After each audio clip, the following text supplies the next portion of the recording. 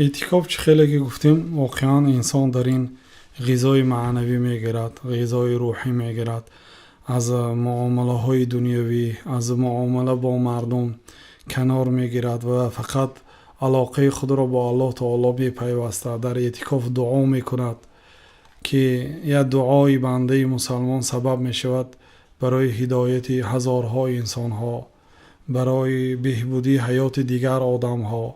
چون که البته یک انسان وقتی که اعتکاف میشنه در حق خودش اول دعا میکند، بعد در حق نزدیکترین شخص هایش مانند پدر و مادر، همسر و فرزندانش، برادر و خواهرانش، عمک و عمک ها، تقاهایش و خاله هایش و خویشاوندانش، عمومی مسلمان ها دعا میکند. فایده او برای خود و برای دیگرها میرسد و در وقت اعتکاف قبول دعا نزدیکتر است. برای آنکه بنده وقتی که با نیت نیک وارد مسجد اعتکاف می نشیند، البته امید میکنیم که در اولین لحظه هایش الله تعالی گناه هایش رو می بخشد.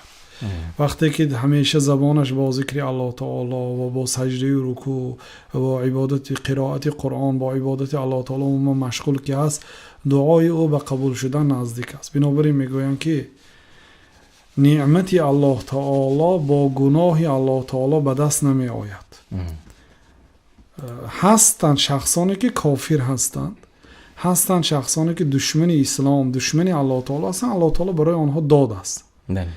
وقتی که الله تعالی را هیچگاه شما طلب نکنید، نعمت الله تعالی با گناه به دست آورده نمیشه. وقتی که آدم گناه میکنه، بنده گناه میکنه و الله تعالی دادن میگیرد، این استدراج است، این جزا هست. هر یک مسلمان خودش را، حالت خود را میداند.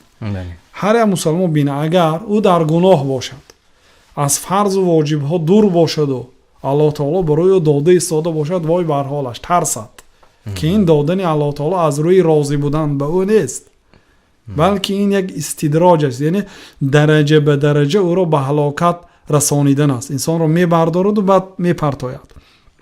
لیکن اگر با عملهای صالح به رحمت الله تعالی نائل شدن، به راضگی الله تعالی نائل شدن، این دشوار است. برای این وقت طلب میکنه، انسان مهنت باید کند، خواهش نفس، خواهش شیطان، این چیزها رو ترک کند، به آسانی به دست نمی بیاید.